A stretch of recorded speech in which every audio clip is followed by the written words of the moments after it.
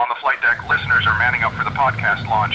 It's time for all unnecessary shows to clear the airwaves. You're listening to the Hangar Bay, a podcast dedicated to the latest military flight simulation and hardware news. From developers to the community and everything in between, the Hangar Bay will get you squared away. Welcome down to the Hangar Bay, your source for the latest news that every military flight simulation pilot can use. Today is Sunday, April 7th, 2024. I'm your host, Tumanji, and thank you for joining me for another episode of the Hangar Bay.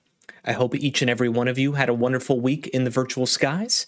Before we get started, just a reminder that you can always follow along with this week's show notes on thehangarbaypod.com or watch me scroll through them on the video version of the show, which is hosted on YouTube or Spotify. With that out of the way, let's get things started like we do each and every week with the Flyby. The Flyby is where we aim to cover the highlights from this week's news in 60 seconds or less, and it will be a challenge fitting all this week's news in 60 seconds. I'll tell you that up front. But let's get things started. IL-2 starts us off with from the Great Battle series. They announced they'll be expanding their advanced quick mission generator to include new mission types, and that 2 community-developed campaigns will be added to the game. On the World War II front, Combat Pilot, the in-development World War II flight sim focused on the Pacific Theater, is celebrating their 1-year anniversary as a development team by announcing the existence of an experimental prototype, showing off some early footage in 2 new videos on their YouTube channel, and by discussing their use of the Unreal 5 game engine and potential crowdfunding, all in their developer diary this week. Casmo from the YouTube channel Casmo TV interviewed Matt Wagner, aka Wags, of Eagle Dynamics, where they discussed the Afghanistan map and a few other topics this week. Speaking of Eagle Dynamics, they released their first in a series of 15th anniversary question and answer videos, starting off with a discussion about performance. The Sim Expo published their 2024 seminar schedule and previewed their activities that will run alongside the conference this June.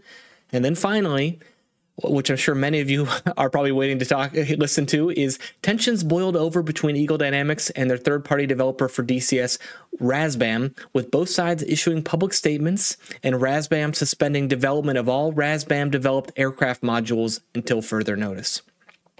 So that was a few of the bigger stories for this week. Hope you'll stick around for the full show where we'll cover these stories in more detail as well as the rest of this week's news. On that note, let's dig in and get things started with the developers. Hey everyone, Wags here. Starting things off from the developer news, we're going to go in historical order this week and start with World War II. IL-2 Great Battles had developer blog number 360 this week. And as I mentioned up front, the advanced quick mission generator is going to be greatly expanded. So 2 new mission types will be available. One is glider towing for the Normandy and Rhineland maps, so if any of you own the glider aircraft, that'll be a nice little addition for you. And then 2, artillery spotting and balloon defense will be added on the Western Front World War I maps, so if you happen to own any of the Flying Circus titles, that'll be right up your alley. Along those lines, for more missions to fly, there will be updates to the Lightning Strikes, Havoc over the Kuban, and Hellhawks over the Bulge campaigns. So if you're owners of those campaigns, you'll be seeing some updates soon. There's also fixes to career progression, taxiing on airfields, mission generation, and a whole host of other bug fixes planned in the upcoming patch as well. And then finally, the biggest piece of news for me was that popular community campaigns will be included in the game with the permission of their authors or content creators. The first is the Kirk Eltgein operation, which was developed by, I hope I said this right, Yuri.js for the Kuban map. Players can fly the BF-109G6, the early model, as a pilot for the JG-52 during the Red Army's Kirk Eichland operation in December 1943. So if you're looking to fly with Germany on the Eastern Front, that might be a campaign you'd be interested in. The other campaign is the Battle of the Herkenwald. So this was developed by I don't even know how you would say this name, but AE Unraid. I apologize, I butchered that. But anyway, this map was developed for the Bodenplate map. Or sorry, I should say this campaign was developed for the Bodenplate map. So if you're looking for some Western theater action, this will be right up your alley. In this particular campaign, you're going to follow the 366th Fighter Group flying the P-47. So you'll get to fly the Jug during 10 missions starting in early October and ending 2 months later just before the Battle of the Bulge. So a little known operation, even though it involved a massive amount of troops on both sides. So learn a little bit more about this campaign. that gets overshadowed by the conflict that was just to come with the Battle of the Bulge. But as I mentioned, it'll be flying the P-47, flying close air support, and ground attack missions. So 2 well-regarded campaigns. It's great to see them include some community developed material in the game. So well done to IL-2 on that front. Finally, the last piece of news they had was on a multiplayer note, which they said they're kicking off a multiplayer related competition of sorts. So if you like to fly a multiplayer and record your game action, they're encouraging you to submit your best in-game tracks. So show any action involving a plane or a tank. As long as it's interesting and you record it in a multiplayer setting, they want to see it. And the track should generally be short, so kind of think like a YouTube short or something you'd put on TikTok. But a few seconds before the action starts, then the action, then maybe a few seconds to follow. The winners of this little competition are going to receive collector planes of their choice, and they're going to the developers are going to create a multiplayer promo video using these tracks. So if that's something that's of interest to you, be sure to post on their forum, which I have linked to in the show notes, or join their Discord and you can post there, and that competition runs through April 11th. So that's the news for IL-2. Staying in the World War II front, but shifting things over to the Pacific Theater, we have Combat Pilot with Developer Diary number 7. So first of all, congrats to the crew over at Combat Pilot who celebrated their first anniversary. I didn't realize their official start date was April 1st, which may not have been the wisest decision, I suppose. But hey, we're very happy to have them because honestly, this is one of the titles I'm most excited about in terms of expanding what we have currently in the military flight simulation community. I'm a huge fan of World War II Pacific Theater aviation, the history behind it, and having a flyable title back again in this theater is, I think, something that many of us are going to be very, very excited to get our hands on. So that said, congratulations to the team. If you're ever interested in following along on these diaries, you can find them on forum.combatpilot.com. That said, their big piece of news is they have completed, well, or I should say they're working to develop a mini pre-version of Combat Pilot, which they're going to call Combat Pilot Experimental Prototype. So this is going to be a unique title, which is going to be used to demonstrate the current state of their work, and they wanted a way of distinguishing it from the more fully functional, content-rich iterations that they're working to as part of a full release. So this would be something, if they ever decide to sell early access or get people into a beta, this would be what they'd show off, the experimental prototype. And we're going to talk about it a little bit more later when we get to the Flight Sim Expo. But Combat Pilot, who will be present at the Flight Sim Expo this June in Las Vegas, I believe that experimental prototype is one of the things they want to show off. The goal with this version is basically to support flying around in a detailed flight model with a couple of aircraft carriers sailing nearby. They'd also like to have in this iteration a period-accurate version of Midway. They also say realistic ocean, sky, and clouds. Basic GUI, so basic user interface, and then finally, proper controller support. And they touched on that in one of their videos. They actually released 2 YouTube videos this week. The first one showing off an early preview of the Akagi carrier. It's actually kind of cool. They go through it in their modeling engine. You can get a zoomed in view of what the ship looks like in its current phase. And then the second version demonstrates some cool additions they've been able to tap into with their game engine, showing off some fabric and how it reacts to the wind environment. But in that second video, they mentioned they've already implemented controller support. So like if we're looking at, I'd imagine most of us in the flight sim community have some form of a HOTAS controller setup. Looks like the game already supports that. So that's great to see. And hopefully we won't have any of the button limitations associated with some of the older titles, specifically like IL-2 or Falcon BMS, where we're limited to a number of inputs. So hopefully that won't be an issue. That said, the game engine, I touched on that briefly. The game engine they're using is Unreal Engine 5.3. They talk about that in their developer diary this week, and they say they had some initial concerns, but they're now confident it's going to get the job done, or at least it's been made to do the job. And through their research, reaching out with Epic Games, they actually found a lot of the aerospace community, whether it be for civilian or Department of Defense development, was already using the engine. So, and they say that by leveraging this engine, they've already saved themselves a lot of time by not having to completely build a custom engine from scratch, which is completely understandable. The final piece of news this week from Combat Pilot is crowdfunding, which always an interesting topic of conversation amongst gaming fans, right? Early access and the like. Specifically, what they're talking to about crowdfunding up front is that they said many in the community have asked for a way to help support this title, to see it across the finish line. And they say they do have an array of options planned, potentially such as a Patreon or selling merchandise. The goal of this campaign, or by selling those types of or allowing that source of funding to come in from the community would be to offset some of their non-salary expenses, such as research travel. You know, they have to do a fair amount of research for all of these old aircraft, old ships. So flying members of the development team out to these locations where they still have versions of the aircraft or equipment to study and take pictures of in person. This would also allow them to pay for hardware and licensing fees and other such things. They also said, depending on the amount of investment received, that it could be used to attract additional talent to help with feature and plane development. But that's very wait and see. So they say there's more to follow on that soon. But if you'd like to support the team in their development, it looks like there will be a way to do that moving forward. So again, all of that is in regards to the title Combat Pilot. I mentioned their website is combatpilot.com. If you'd like to follow their YouTube channel and see the videos I was talking about, you can find them on my show notes or by visiting youtube.com/@combatpilotsim. All right. So shifting things over to the modern day front, let's talk a little bit about DCS. And by a little bit, I mean we have got a lot to cover this week. The first item in store for us is probably overlooked at this point in the week, given all the other news that's happened. But I thought this was a great interview that Casmo of Casmo TV on his YouTube channel, youtube.com/Casmo TV. If you haven't met Casmo before, seen any of his content, he's a former Apache pilot in the Army, does some great content for the DCS community. I encourage you to go check him out. So this video, he gets an interview with Wags, is focused mainly on the Afghanistan map. At the time, that was kind of the big talking point, right? So before I get into the details, I want to give credit to Wags for getting in front of a microphone and speaking to the community. This level of communication, I think, is something that is greatly needed, and it's invaluable for the community as a whole. The community might not like the answers or explanations they always get from developers, but I think it's very important for developers to be engaged with the community, to interact with them, whether it's through content creators or directly to the community itself. Any form of communication, in my mind, is good.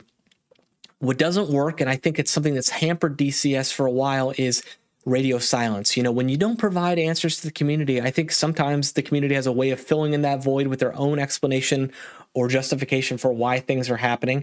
Far be it from me to tell Eagle Dynamics what they should or should not do with their successful business. I'm just purely looking at it from a consumer, and I think I appreciate when developers engage with the community.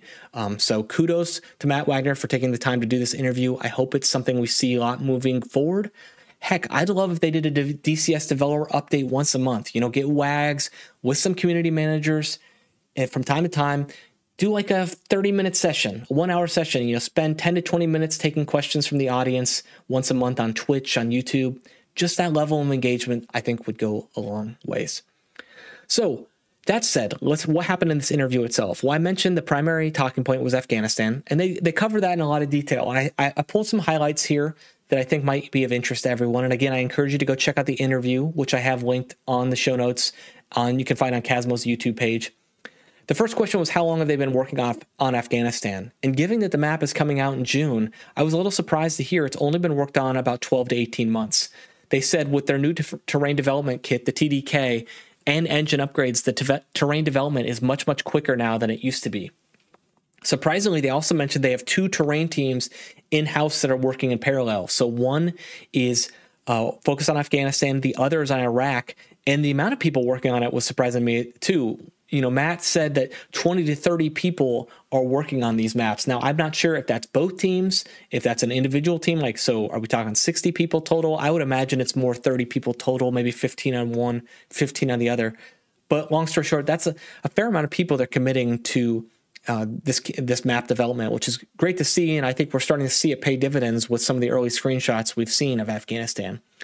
Spoiler, though, he also said there were some maps that they were working on that they weren't quite ready to talk about, but one of the community managers, 9line, on the Eagle Dynamics Discord, did specifically mention that Vietnam and Korea are held up by technical limitations in our TDK, but we are getting close to resolving these. So I think Vietnam had been something that Wags had openly referred to before, but I don't recall seeing Korea up to now. So confirmation of the third map in development, I'm going to guess, is what 9line is referring to here with Korea. So that confirms we've got Iraq, Afghanistan, Vietnam, and Korea all in development by Eagle Dynamics now.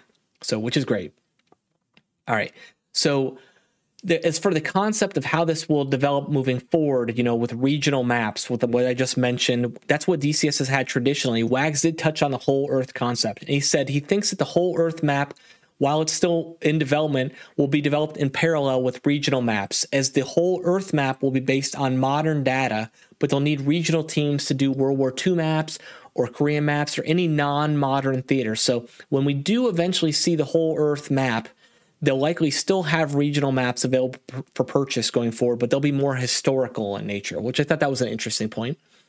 Then he asked, or they talked about, why Afghanistan. I think many of you can probably answer this for yourself, but Wags specifically stated, this is one of the key combat theaters since the 80s, so ignoring it to some extent would be, ignoring one of the most prominent theaters of conflict in the last 40 to 50 years. So it's hard to have a modern day combat simulator when you're not including maps like that. So, and he understands that it's going to be mainly air to ground unless you want to do a historical operation. So they definitely recognize it's a coin cast centric map. So that's fair. And they said they're not wedded to arid brown maps. That's just where a lot of the modern conflicts have taken place. And as we just talked about a moment ago, the green maps are in development in terms of Vietnam, Korea, and now Korea. He confirmed that the Afghan map is set in around the 2008-ish timeframe. So if you're looking for a specific FOB or airfield and you happen to know when that was developed, that time frame should give you a good context as to whether or not it'll be included or not. And then about purchasing separate versions of the map, the whole thing versus buying parts of it. Per Wags, one thing they said is they've noticed that a lot of users wanted to get into DCS but just couldn't afford it. So the idea of buying regions independently at a lower cost actually, per him, came up just a week or two ago to help solve this problem. Essentially, what he said was that this is a trial balloon by Eagle Dynamics. It's not, if it's not a success, they just won't do it again. And he admits that Eagle Dynamics probably took the less profitable option here by opening regions for sale. So they are looking into the possibility of editing the sales price so that if you do end up purchasing a region and then decide later on that you want all 3 regions, that it won't cost you more than if you just bought the total map up front. So that's great to see. I think this is a thing where Eagle Dynamics is trying something new, so you get feedback from the community, but then respond to that feedback. And that's already a good sign here, recognition of where there might be flaws, if you will, in the system and reacting to that. The release date for the map of Afghanistan is confirmed for the 24th of June. So remember that we'll start with the southwestern portion of the map first. There's no size estimate for hard drive space, although Wags did say it's not going to be small. And then finally, what I want to touch on was the sales expectations. I didn't really know how many people would be interested in the regional map. So when they released it, I was kind of like, okay, I understand the thought about a cheaper way for people to get in, but how many people are really going to go for that? So Wags said he expected the sales rate for and then everybody purchasing the Afghanistan, about 1 in every 20 would purchase the smaller version, and then everybody else would get the full thing. But he said the sales of the smaller regional map have actually been much, much higher than he expected. So it is reinforcing the idea that people wanted something like this. So I definitely thought that was interesting. All right, transitioning a little away from Afghanistan, he did say in regards to the super carrier, Casmo rightly brought up, why are we getting things like this when we can't finish the super carrier? An interesting quote from him was, the super carrier makes use of brand new technology and admits they couldn't even really do it until they had multi-threading technology introduced last year. So essentially the technical development required for this module took longer than expected, which has then thus delayed the release of the super carrier. So, that makes perfect sense, and I understand that from a technical standpoint. It's just disappointing. I mean, the super carrier was released in 2020. Multi-threading was released in 2023. So, delays do happen. It's just kind of wild that a module was released 3 years before the requisite technology needed to implement its features was released. So that's a little frustrating. But again, taking a tonic of my own medicine, as I mentioned earlier, I do appreciate transparency above all. So knowing that makes a lot of sense. I just hope we can get in front of some of those issues a little more sooner rather than later. Like if they'd have said that a while back, I think that would have alleviated some frustration, but maybe not. Okay, Iraq. Let's switch over to the Iraq map because they did talk about that. WAG said the Iraq map's going to be quite large when it's released. The center point of the map is going to be on Baghdad. So I included a picture of that here in the show notes. He said it's going to go north all the way to Mosul. and it's going to east to include some of Iran. So if you wanted to recreate the Iran-Iraq war, that will be an option. And eventually it's going to go south to Basra, with plans to extend even further south to include Desert Storm and Iraqi Freedom operations, if you're interested. He hinted that it could be 3 regions again, but I'm not going to come out and say that was confirmed. So, well, I guess we'll have to wait and see what the Afghanistan release schedule's like before we know how Iraq will be introduced. And then finally, for you Apache fans out there, WAGs did say they were very close to releasing Link, Zoom, and C-Scope. So if you're aware of what those are, kudos to you. I hope you're looking forward to it. Okay, so once again, Casmo, thank you so much for that interview, and WAGs, thank you as well. That was some really good material. Shifting things over, but staying in DCS, there was the 15th anniversary question and answer video. So this kind of leans into a little bit what I've asking DCS or Eagle Dynamics to do. They went ahead and started the first in a series of videos they're going to do over the coming months, which will be providing responses to the 2,000 plus questions they received as part of their community 15th anniversary celebration last fall. They solicited questions from the community. We gave them a lot, and now they're starting to answer those by categorizing them in subject matter blocks, and they're responding via video. So they've got a video with Wags back again. I'm sure he's getting real tired about being in front of the camera this week. But so he's got a video where he addresses some of these questions, and there's also a forum post on the DCS forums where you can also find written answers to that. So it's a good video here, about 13, 14 minutes. As I mentioned earlier, this is the type of content I think Eagle Dynamics should really be leaning into, so kudos to them. This is on Matt Wagner's YouTube page, so it's youtube.com/@MattWagner. This is going to be one of those videos where you may not like the answers or even the questions, but hey, communication is the key here, and I think that's great. As it's centered around performance, if you're into words like Vulkan, FSR, DLSS, multi-core, multi-threading, or render graph, this episode is for you. That's not really my cup of tea. I did watch it. Cool. Sounds like a lot of interesting things are in development. At the end of the day, if it makes the game run fast and look better, I'm all for it.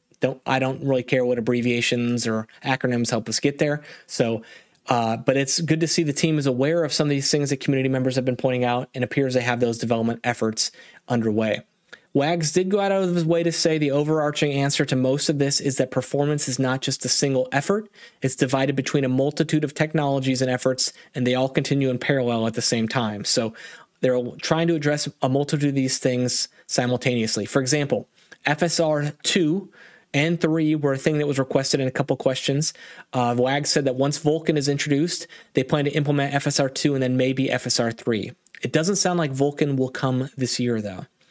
In response to some multi-threading questions, Wags also mentioned that there are 2 layers to DCS. There's a graphics layer and the logic layer, and that most of the performance improvements we've seen that have already been implemented and will continue to be implemented this year are to the graphics layer. He said the logic layer won't be this year most likely, but hopefully soon after that. So that's the layer responsible for having many different AI units active at the same time without sacrificing performance. Perhaps that's also what's responsible for driving general AI gameplay improvements. I'm not sure. We didn't go into detail on that. My hope is that a future episode will address that and we'll get a more specific timeline, because I'm sure many of you are like me in that I'm much more interested at this point at DCS at fixing the base game, getting more gameplay improvements. I don't need more graphical fidelity. Granted, I don't fly in VR, so I say that up front, but the game runs and it looks great for me. Some of the changes they've made recently have really, really helped our performance. Now I want to see them throw their muscle behind improving the game itself, so hopefully we see that in the months to come. But thank you again, Wags, for this video as well. Again, communication, communication, communication. All right, transitioning over to a third-party news for DCS, we got Heatblur. So one nice thing about waiting till Sunday to record was that we had a bunch of new news, if you will, at the very end of the weekend. Heatblur released a new video in their continuing series on the F4E Phantom. This is episode 4, focused on the radar, part 1, basics and theory. The first thing I'll say here is, man, this narrator is freaking good. His voice sounds fantastic. I need him to do all my intros for the podcast. So if you know him, get him in touch with the show. We can always write a new intro. But seriously, this video can be found on Heatblur's YouTube page, youtube.com/HeatblurSimulations. So if you're a radar junkie or you like getting in the nitty-gritty of how systems work, this video is for you, as it covers the history and the technology behind the APQ-120 pulse radar for the F4E Phantom. It's been a massive multi-year endeavor for the team over at Heapor. And I tell you what, once you see this video, you can understand why. I mean, when they made that comment about how this is going to be one of those aircraft that really sets the bar between people who kind of just know a little bit about it and people who really know how to use the system, I think you're going to see what they're talking about in this video. It's really cool to see one of these legacy aircrafts in operation, and it's going to be a treat for anyone who really likes immersing themselves in the systems and learning how they all function and really pushing the aircraft to its limits. If the Rio setup in F-14 was interesting to you, I think the F-4E is going to be right up your alley. Part 2 sounds like it's going to be releasing pretty soon after this one, and it's going to focus on specific employment and radar-guided weaponry and more. This was kind of just a high-level overview with some snapshots of what it looks like. I did capture one comment. The first comment in the YouTube page was from Jonathan Lundquist, who said, "After this weekend, this is what we deserve. Some video about a system I will never learn fully, but just enough to use in a clinch." So, Jonathan, I feel the same way. I watched this and I was like, cool. I'm just going to drop unguided bombs. But hey, if you like this stuff, it's going to make you really, really excited for this aircraft. So thanks, Heapor. Great content as always. Can't wait to get our hands on the F4E when it releases. All right. And then I've been putting this one off long enough, mainly because as I've been thinking about it all week, I really don't know how I want to address it. So let's just try to stick to the facts as much as possible and dig right into this one. So DCS, Eagle Dynamics versus RAZBAM, as I've titled the show, developer Discord. Double entendre there for those of you who pick up on it. But aside from the game, this week's brought us a lot of news and a ton of speculation concerning the behind-the-scenes business relationship between Eagle Dynamics and RAZBAM, which is now playing out in public for us all to see. So I've started this off by linking to a great article written by a friend of the show, Shamrock, over at Stormbirds, whose blog is always fantastic, and his coverage of this, I think, has been top-notch. So if you're looking for links to what I'm about to talk about, encourage you to go find his article over there, which I've linked in the show notes. It's on Stormbirds.blog. Quick summary for those of you who don't know. On Friday afternoon, RAZBAM posted a statement to their Discord from the CEO, Ron Zambrano, that said the following, quote, "We would like to inform you that until further notice, all support for RAZBAM-developed aircraft modules is on hold. This suspension encompasses, but is not limited to, bug fixes and updates." End quote. He goes on to say, quote, "Unfortunately, due to circumstances completely beyond our control, we are temporarily unable to continue our work at this time. The suspension will remain in effect until the significant issues between Eagle Dynamics and RAZBAM simulations are resolved to our mutual satisfaction." End quote.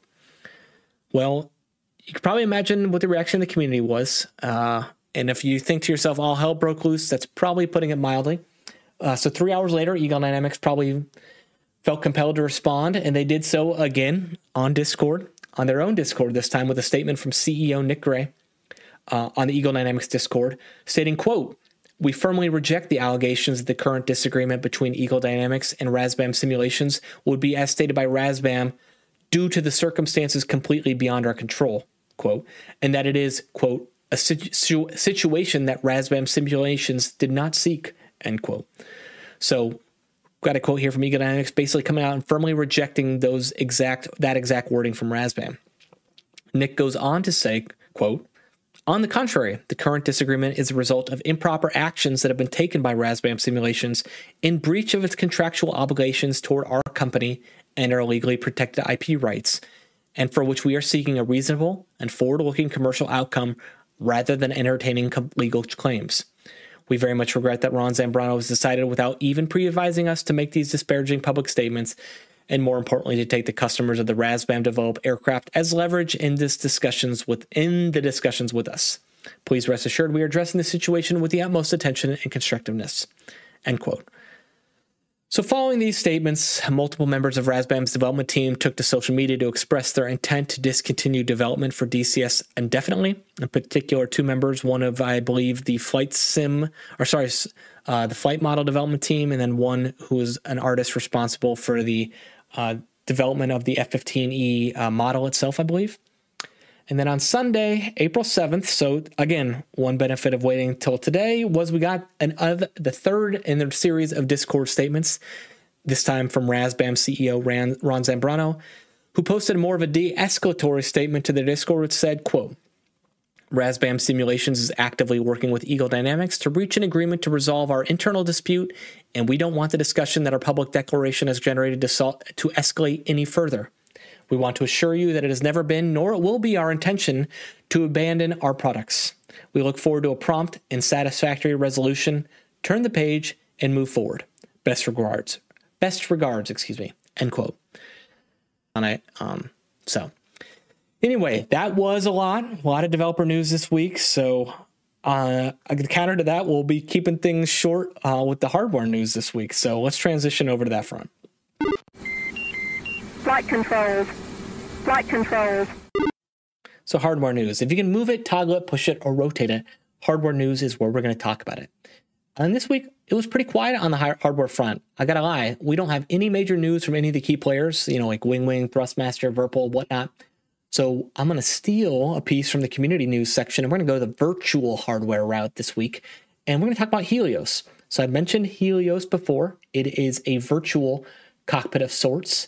We got a video from one of the developers called Bluefin Bama this week, who has a video about cut and paste, how to cut elements from one Helios profile and then move them into another profile. So if you find a profile that someone has made, you're like, oh, I just want a piece of that, or I want to steal a few segments of it, this is a video for you. So this is managing Helios profiles, cut and paste. You can find it on the YouTube page for Bluefin Bama at youtube.com at bluefinbama2227. That's 2227. So again, Helios Virtual Cockpit's designed for use with DCS and BMS. So if you've never heard of it, you can check it out on the GitHub page, which I've linked to in the show notes. Learn more about it at the wiki there. Also, if you go to my YouTube page, youtube.com/@stumanji, I have a video showing off what Helios is and what it actually looks like in when you're using it. I'm using it with a touchscreen in that particular video. And it's very useful if you're just looking to put up instruments, have replications of instrument or switches. You have a touchscreen, you want to manipulate controls in the aircraft that way. Helios is a very powerful tool, and it might be something to use if you're looking for some virtual hardware. So that's all we got for virtual hardware this week. So let's transition to the portion of the show where we highlight the work of people just like you, the community. Really not track it, what they're doing exactly. So community news is where we cover the latest ongoings of the community, from campaigns and mods to servers, software, and everything in between. First up this week is the Flight Sim Expo activities and seminar schedule reveal. So I already talked a little bit about Flight Sim Expo with Combat Pilot. If you haven't heard of me talk about it on the show so far, Flight Sim Expo is going to be North America's community-driven flight simulation conference. So this event will take place June 21st through 23rd at the Rio, Las Vegas. So Flight Sim Expo is actually produced by the Flight Sim Association.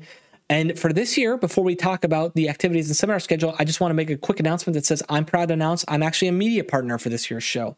So essentially all that means is I'm going to help promote the show because I think it's a very worthy cause. I think it's something that can bring the community together, which is a wonderful thing. And the guys and gals over the Flight Sim Association are working really, really hard to make this a great experience overall for the community. So the least I can do in my own very small ways to help support them. So if you're following along in the video, you'll see I got the Flight Sim Expo in the upper left-hand corners there, and you'll likely continue to see that in every episode leading up to the show. Unfortunately, my schedule likely won't allow me to attend in person this year, but I'm very happy to spread the word from home, and I look forward to attending virtually. That said, some members of the community have already announced they will be attending in person. So Shamrock, as I just already mentioned, Stormbirds.blog will be there. Jason Williams, the developer of Combat Sim, will be there with his team. And then Aviation Plus, who we're going to feature some more content on this week, and we've talked about in the past, he's going to be there. So if you're going to be at the Flight Sim Expo, let me know. I'd love to see who else is going to be there. I'm hoping to definitely attend next year, as I love the direction the show's going about embracing the military flight simulation side of the house. So I'd love to see them lean into that even more in the years to come. That said, for this year, and the news we have to bring to you is the release of the activities and seminar schedule. So first up is the activities. So if you're not aware, they're organizing activities before, during, and after the Flight Sim Expo, so you can make the most of your time in Vegas. They got everything from an air traffic facility tour to after-hours events, going doing fun stuff in Vegas, like the Penn and Teller show, and they got details on all of this on their website, which is flightsimexpo.com/activities.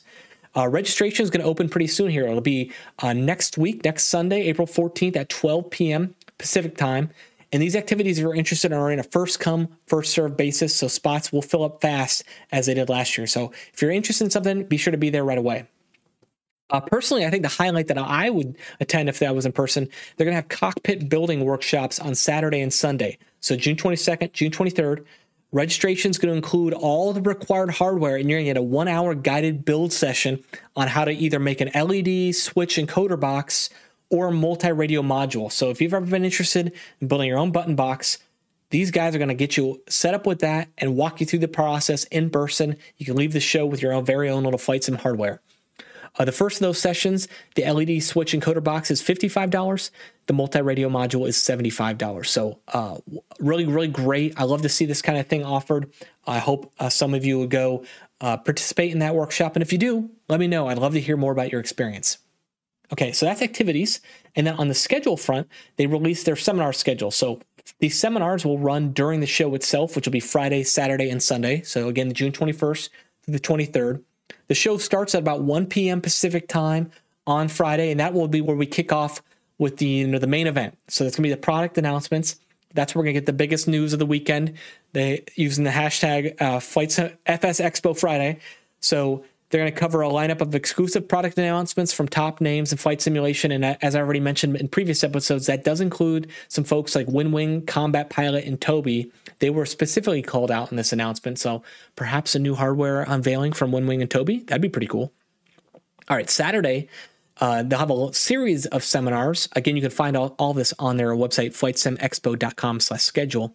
The one I thought was most compelling on Saturday, surprise, you'll be really shocked to know that I was interested in the helicopter stuff, but they have a segment called seminar called Helicopter Flight Controls by Sergio Costa. So if you don't know him, he is on helisimmer.com. That's HELI simmer.com, a great source for all helicopter related news in the virtual flight sim community. He's going to have a seminar about how to learn how to use your current hardware setup to fly helicopters and what to pay attention to when buying new helicopter-specific products, including recommendations for brands and specific models. So that sounds like a great seminar. And underlining all this, if I didn't say that earlier, you can always attend the show virtually. So even if you're not going to be there in Vegas in person, all these seminars are live streamed and recorded. And you can register to watch online for just $15 on the show's website. That's what I'll be doing. So if you're going to be at home, I encourage you to do that just like I will. And if you're interested, they also on their YouTube page have links to seminars from past years, so you can get a feel for what the show is actually like. So I should have mentioned that up front, but better late than never. Okay, so the final event will be on Sunday. That's when the final series of seminars that'll run from 9 a.m. to 3 p.m. The one that stood out to me, shocking, hardware related, was the home cockpit and wiring cable management session by Trevor Olson.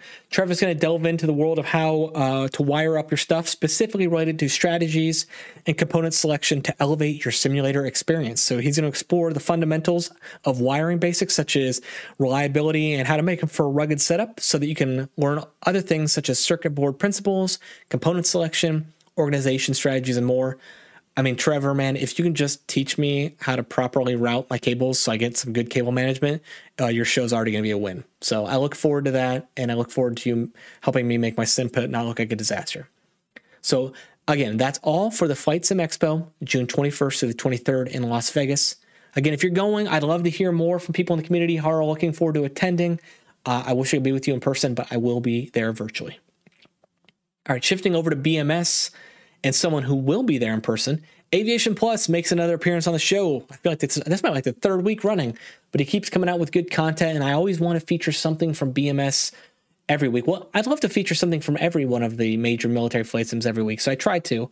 So the content I snagged this week from BMS was about the F-15C again. So he's really leaning into that new aircraft that we have for BMS, which I love. So F-15C, this tutorial on his YouTube page, which is youtube.com/@aviationplus, is about the basics of taking off and landing the F-15C. So he's got a nice little tutorial. It's brief, but it's in-depth. That walks you through everything you need to do to get safely airborne and then back on deck in BMS. So thanks Aviation Plus for some more great content this week. Okay, shifting over to something new, we've got a new development. So there was a user-customizable Kneeboard tool for your browser that was just announced this week. It's called Kneeboard.live. Kneeboard.live. So if you cast your mind back to last week's episode, I featured the Flying Tin Can group. They're an IL-2 group of simulator pilot and simulation enthusiasts. And surprise, this week I'm featuring one of their members who announced a tool that can help all pilots. That was not intended, but what a small world it is.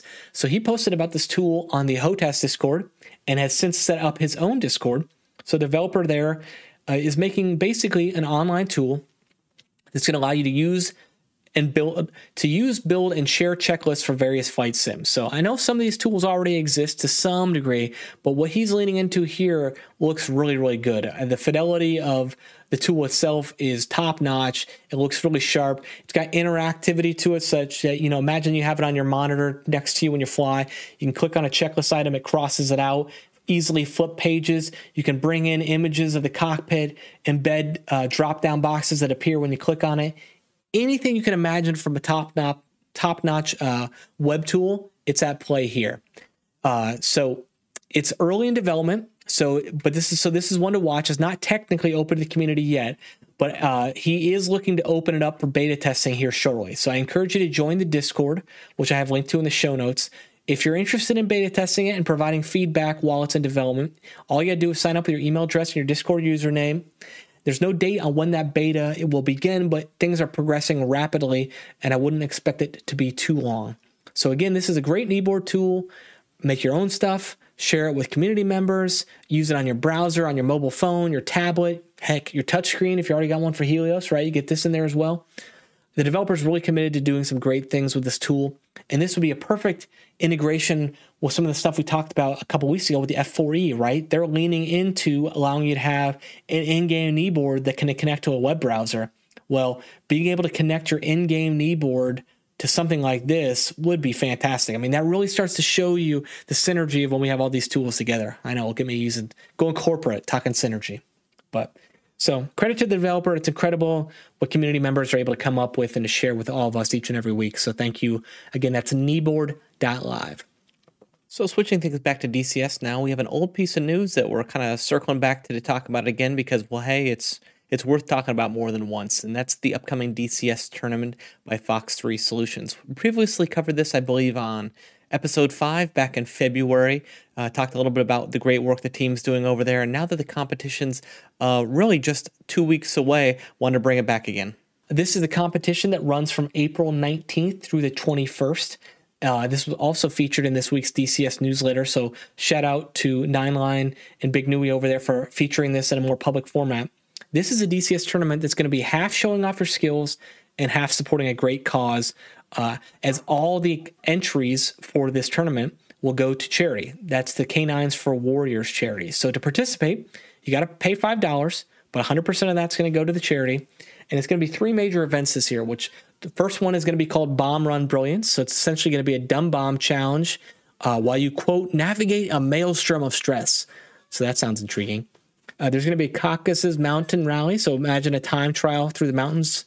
And then finally, a landing legend. So they're trying to see who lands like an Air Force pilot and who lands like a Navy pilot. So some kind of landing challenge, not entirely sure what that will be, but if you're interested, go check out their website. It's fox3ms.com.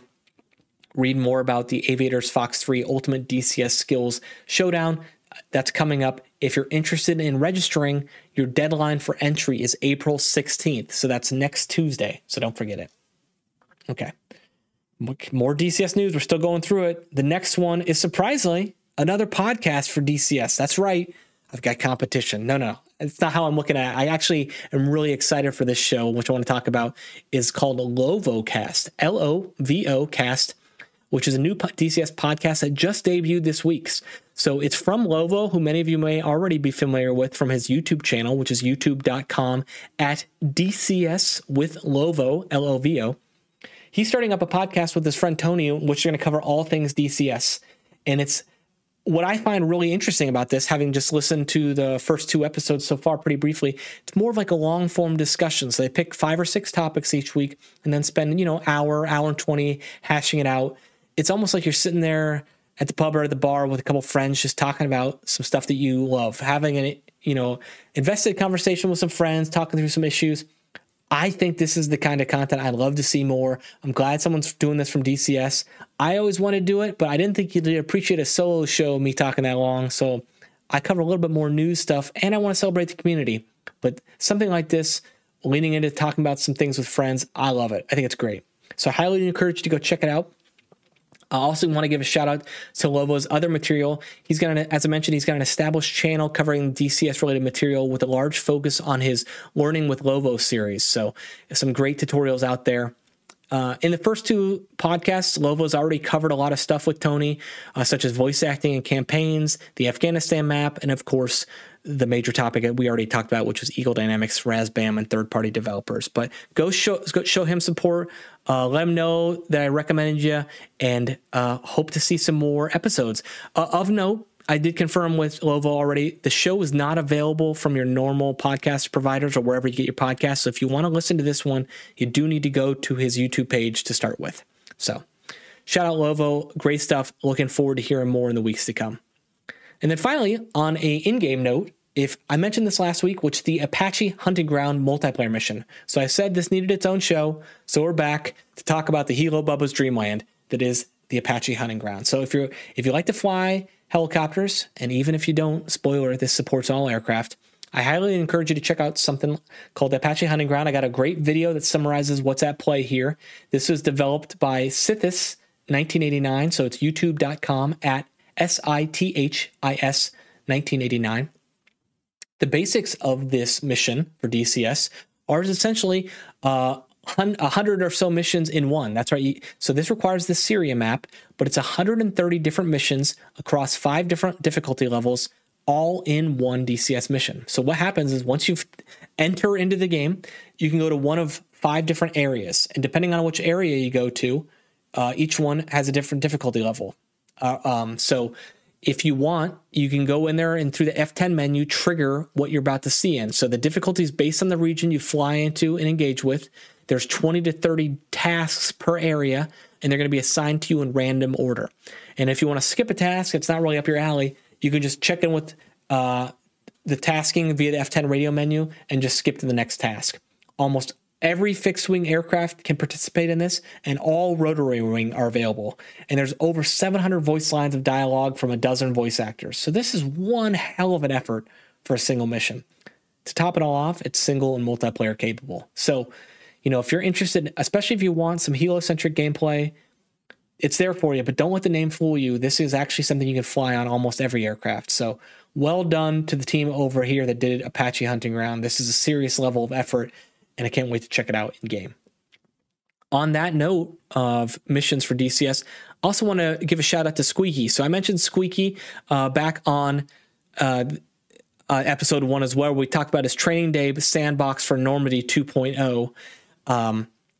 So Squeaky previously has training day maps for a variety of the theaters already. So he's got a version of a mission for Persian Gulf, Caucasus, Syria, Sinai, Nevada, Marianas, South Atlantic, and now finally Normandy 2. So if you're not familiar with Squeaky's training boxes, essentially these are sandbox type missions. So these are single player only, but they're intended to be training missions where it's safe for you to basically practice all your procedures and all your engagements with any aircraft that you want. So this one in particular supports all World War II modules, every variant, hot and cold starts. There's no threats unless you're provoked and you want to engage the enemy. So, if you take off and fly around into these combat areas, no one's going to shoot at you until you essentially start doing the shooting and engage a threat. The only module that's required beyond the Normandy 2.0 map is the World War II asset pack and any module you want to train in, obviously. And the way it works is actually very similar to the Apache Hunting Ground. There's 5 different regions. Fly to one of the regions and start up what the missions are associated there. So you got everything from ground attack to convoy attack to airfields attack to air-to-air bomber drones. So you can actually call in enemy aircraft you want to target at different altitudes. And then finally ships. So what sets this mission apart, though, is some of the extra work Squee's done, like ambient spawns. He mentions he doesn't want to be the only one taking off, so he's added AI that spawn when you do around the airfield to make it seem like it's more alive. Airfield's populated with static and ambient units. And then he's also added smoke on targets and air-to-air drones available for the radio menu to help you with spotting. So this is just one mission file that includes all of this. So you just load it up on the Normandy 2.0 map. You're ready to go. If you're interested in this kind of content, as I mentioned, he's got it for every other map, and the format is the same. So designed to get you up to speed with your aircraft, engage the enemy on your terms, but also while not feeling like you're entirely alone, as there will be AI units kind of in a living, breathing world around you. So Squeaky, thanks for the great content. This is fantastic. Glad to see you continuing to develop your missions. And then last but not least, Stormbirds. So I mentioned them already earlier in the show, Shamrock over there at Stormbirds. Well, Stormbirds.blog turned 8 this week. That's right. They've been around for 8 years, producing great flight sim news and editorials since April 5th, 2016.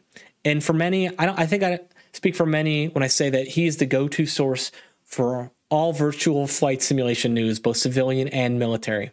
So in Shamrock's own words, he said, "This is a blog about the worlds of aviation and PC flight simulation coming together into something magnificent. I write editorials, short historical pieces on aircraft and tactics, news and events from the simulation world, technology, and more."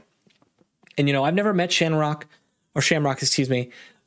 but I've enjoyed his coverage of the community for years. And I can say that he's an incredibly valuable member of our community.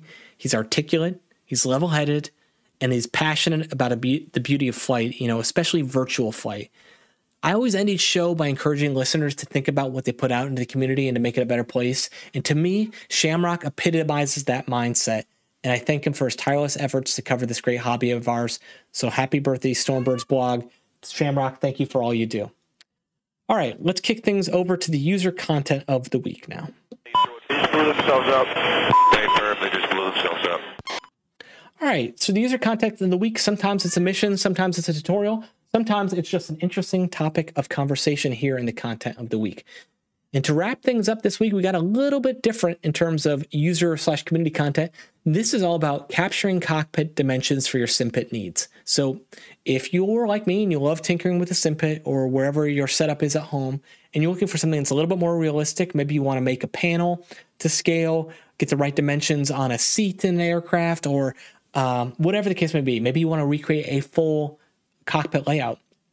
I know many are interested in that, and one topic of conversation on the DCS forums addressed just that. Someone was asking if anyone has ever developed a mod that helps Simpit builders with accurate dimensions. And a user over there mentioned, I highly doubt anyone would actually create such a mod. In the meantime, you can check out the revived F5E Simpit thread, where I rely heavily on the standalone DCS model viewer. You can achieve what you want by combining a few reference dimensions with the model viewer's orthographic view mode. It eliminates perspective distortion. So this user was Bukic, B-U-C-I-C, on the DCF forum. So shout out to him. I went ahead in my show notes and linked to this post that he's talking about. And while you may not be interested in your own F5E cockpit, or maybe you are, what he's documented here is just fantastic from the point of view about getting up to speed with the DCS model viewer. If you're not aware of it, it's a really powerful tool. I'm sure those of you who've built your own liveries or things of that nature have used this tool before. But what it can be really powerful for is doing exactly what he mentioned here, which is just zooming in, using the orthographic mode to actually make your own dimensions and understand how you might want to size things in the cockpit. I also linked to a separate forum post over there, which is on tips and tricks on how to use the model viewer itself. So the first time you jump into it, it might be a little confusing. I admit a couple times I did it myself. It was a little interesting, but it's a very, very powerful tool. And I've also got a link to a video from DCS Silver Dragon on his YouTube page. He's using a video to show you some of the Flaming Cliffs 3 cockpit updates, but what I think is the best part of it is he shows you some of the capability of the model viewer. And one of those is you can actually manipulate every switch in the cockpit, see how it looks in different lighting, all these things. It's a really cool to show the capabilities of the model viewer. So all of this topic is essentially to say, if you would like to do some interesting things in the cockpit, you look to build your own panels, you're looking for inspiration on that front, DCS Model Viewer is a very, very powerful tool. I encourage you to go check it out. It already comes with your game install, so it's just a matter of learning how to use it and check it out. Okay, let's shift things over to our final segment of the show, which is the Simpit Spotlight. You don't see any big stream of flames or smoke coming out, do you?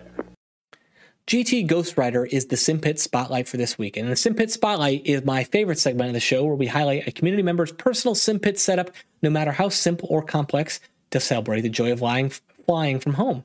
So GT Ghost Rider posted this on the HOTAS subreddit. And what I love most about it, he's got his little setup here right next to his bed, so he can just roll out of bed and start flying. It looks great, man. You don't have to waste any time. You're right there and ready to go. But no, seriously, he's got a great setup for everything from the VKB Stex throttle to looks like the Gunfighter base mounted. He's got a center mounted right in front of his chair. And the coolest feature of all is it looks like he took and modified one of the Thrustmaster Axis flight controllers and turned it into a little mini HOTAS, mini collective, of sorts, and mounted it right to his chair. He took the Thrustmaster flight quadrant and printed a little tube, slid it on there, and boom, homemade collective. Just really creative, interesting way to solve that problem for himself. So he can fly both fixed wing and helicopters all from the comfort of his desk chair. So I got the pictures to it on the show notes. I got a link to the post on the HOTAS Reddit. GT Ghost Rider, thank you for sharing your setup with the community. Looks great. Hope you enjoy it. All right. So with that wrapped up, let's shift things over to the listener feedback portion of the show. 612, departure radio check. So listener feedback, if there's any news, community content, or a Simpit setup that you would like to see covered, you can always get in touch with me and the show via email. That's feedback@thehangarbaypod.com or via social media. You can find me on Twitter or Instagram @thehangarbaypod. And, help me shine a light on great things going on in the community. I already got a couple news forwarded to me this week, so thank you to those who reached out. And I also want to give a shout out to the people who unexpectedly left me some positive reviews on Apple Podcasts already. I don't really solicit those things. This show's more just about celebrating the people in the community, and I'm just happy to do that on its own. But it does mean a lot to me when people, like, comment, subscribe, or whatever. I think that's how you're supposed to say it, right? On YouTube, or, leave a positive review on Apple. It's not necessarily about the visibility for me. It's just I appreciate knowing that the listeners out there, you guys are enjoying the show, enjoying the content. And please let me know if there's other content you would like me to talk about on the show. It's all about people like you, the community. That's what we're here to celebrate. So that's what I'm here for. So anyway, that concludes another episode of the Hangar Bay this week. Thank you so much for listening to this week's episode. We'll be back next weekend, as we always do around here, to get you squared away with all the latest military flight simulation and hardware news. But until then, think about what you put out into the community and make it a better place. Fly safe, everyone. Right here. Let's go down low on the deck. Unload 500 knots. Let's get out of here. The missile knows where it is at all times. Oh, I'm sorry. What I meant to say is that you can find the video show on YouTube or on Spotify at the Hangar Bay Pod. The audio show is available on all major podcast providers. You can contact the show via email, feedback@thehangarbaypod.com, or on Instagram and Twitter @thehangarbaypod. Show notes and links to everything discussed on this week's show are available at thehangarbaypod.com.